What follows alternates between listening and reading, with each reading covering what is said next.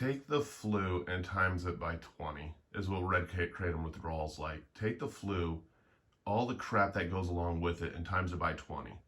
And that's a good indicator of what Red Kratom Withdrawal is like, especially how your body feels. What's up, guys? If you're new to my channel, hit the like and subscribe button. Here is day 5 of Red Kratom Withdrawal. Day 5 of Red Kratom Withdrawal was not nearly as bad as day 2 and day 3. Those were really the 2 worst days of Red Kratom Withdrawal.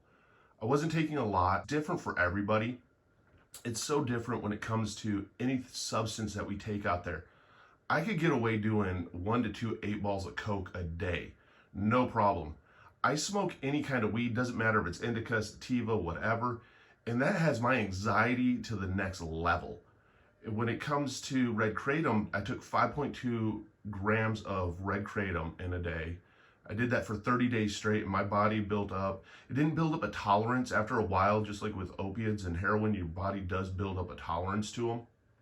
It didn't build up a tolerance over that period of time, and I wanted to do it for trial and error purposes. I'm glad that I stopped after 30 days because it was painful. It's like the flu times 10, 20. Your body, it aches all over. You have really bad restless legs. When I stood up too quick, I'd get really lightheaded. I'd have moments where I felt nauseated. I could feel my body temperature increasing and then decreasing, then increasing, then decreasing. And like I wanted to mentally do stuff, but I just also at the same time knew that my body is just like hurting. It just sucked. The body pains, for whatever reason, a lot of my pain ended up in my back and also in my upper torso. I'd run out of breath a little bit easier than what I normally do. It made it where just the daily functions sucked. I couldn't go to the bathroom, so I got extremely constipated, which made me feel even more nauseous. And my appetite was all over the board. Sometimes I was kind of hungry. Sometimes I wasn't. It was literally like having the flu. And I know that it's not the same as heroin withdrawal. I know that it's not the same as opiate withdrawal. It is painful though, and it is similar. I can tell you this, with Red Kratom Withdrawal, I would never want to do opiates or heroin just because I know that the withdrawals would be just as bad, if not 1,000 times worse. It was that painful. It really just knocked me on my ass, and I had to travel during this time. I was questioning my life choices, really thinking about, this was not a smart move. I even got to the point where I'm thinking, you know what, maybe I should take a little bit more just to maintain through this trip. And I'm like, no, that's my addict mentality going back at it now all of a sudden of, let's exit out the pain, let's exit this and stop it. I know how I can relieve it real quick if I just take some more. Which I was like, no, you did this to yourself. You're going to go through it. And I did. I did quit it cold turkey. I didn't use anything except some Advil PM to try and sleep. That really didn't help because the restless legs were still there. The nighttime anxiousness was still there. I tossed and turned a lot. And I can see how this lack of sleep, along with like the restless legs and just feeling like you have the flu just bad, makes people end up to the point of relapsing. I understand now how cold turkey is so hard, or why somebody even taking a lot of Red Kratom is going to end up going back to opiates, or is it end up going back to heroin. I see how it can lead to that relapse. I also see how that it can help people off of it, because what I was trying to get out of the Red Kratom, I got an increased mood, I got increased energy, I got increased, just felt good. And it was okay. It came to the withdrawals, it didn't make it worth it at all. And it was like, shit, I thought I found like the magic secret here, because I can't take SSRIs, which are antidepressants. A lot of them make me suicidal. So I thought I found something that was a great supplement that's natural. Hoorah. No, it beat me. It beat me bad. It sucks. And having support and having people that understand, I will say this, with opiates and heroin, people are going to be like, dude, you're withdrawing from that, man. Are you okay? They're going to be a little bit more supportive. I can tell you this, with Red Kratom, people are like, really? Well, what is that? Like, a lot of people don't know what it is. A lot of people downplay it a lot. And you got to remember that it's all subjective to everyone. I mean, I know people that can smoke a ton of weed, do a bunch of dabs, and they're fine. With me, anything with THC just wrecks me. I mean, last time I did an edible, it was like the end of the world was coming, and it was a bad experience. And that wasn't even a hardcore edible. It just beat me on my ass. There's certain drugs that do that, though. There's certain chemicals that do that. So you have to remember, I mean, no matter what, even if you are trial and erroring it with a doctor, that everything can react and sit with you differently than it does the next person. I mean, I wasn't taking a whole lot. If you go to like a head shop and you go to a lot of places and you start talking about Red Kratom or even about detoxing and trying to get off of opiates and Red Kratom, I mean, I'm taking 5.2 grams, and these people are talking about taking 14, 20, 30 grams a day. And I'm going, man, if I was taking that much, my withdrawals would have been that much worse. My symptoms would have been that much worse. I probably wouldn't have been able to function like an adult for a lot longer. Thankfully, this was only a good 3-4 days of it. By day 5 here, it really ended up just weaning off. It's still there a little bit. My body and my brain even keep going back to the whole, well, you know what, you could try it again, but maybe do it this way differently. And it's like, nope, I can't touch that stuff again.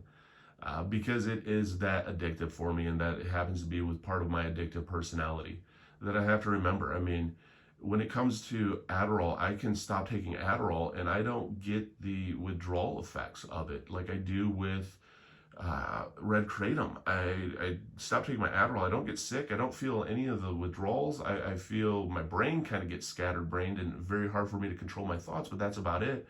Man, when it came to the Red Kratom, though, my body, my brain, just trying to even convince myself to take more, it was there nonstop. So be careful. It's trial and error to find out what works for you, and sometimes those trials turn into really bad errors. This was one of those that I'm not going to say necessarily was a bad error that I wish I wouldn't have did it. I'm glad that I did it. I can relate a little bit now.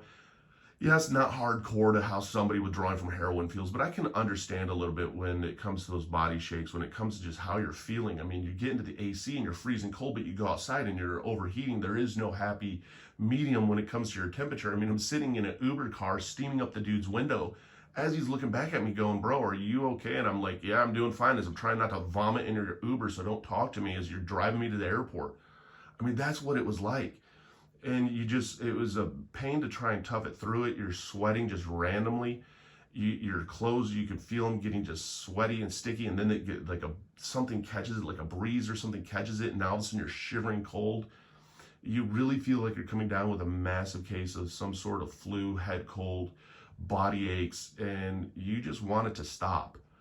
That is what those withdrawals are like. Again, yeah, it's over the counter. It is illegal in a couple of the different states out there.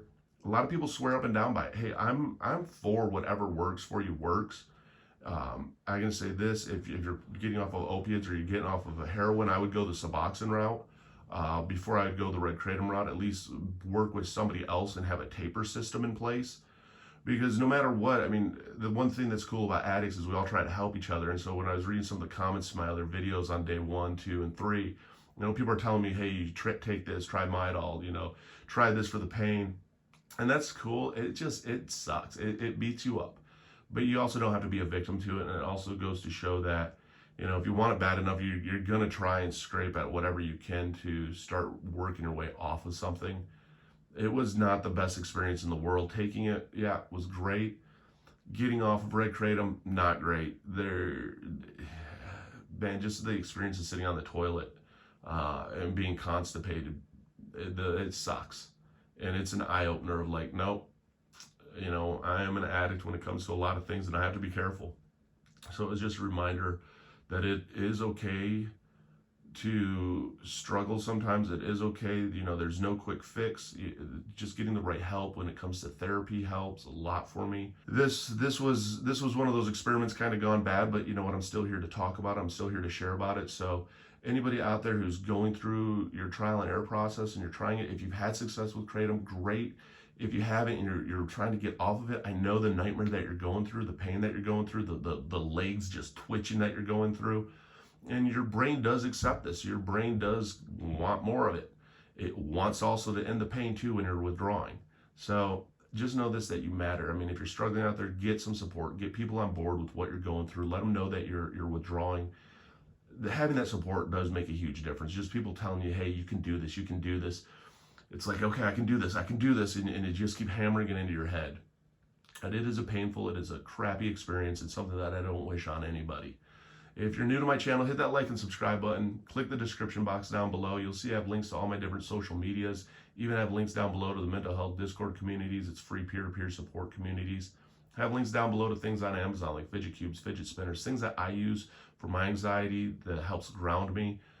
It's trial and error to find out what works for you. And you're an amazing human being. Don't ever forget that. Don't ever let anyone tell you any differently. And for those who are going through that fight, it's one day at a time, but you're not alone. You got this and you're worth it.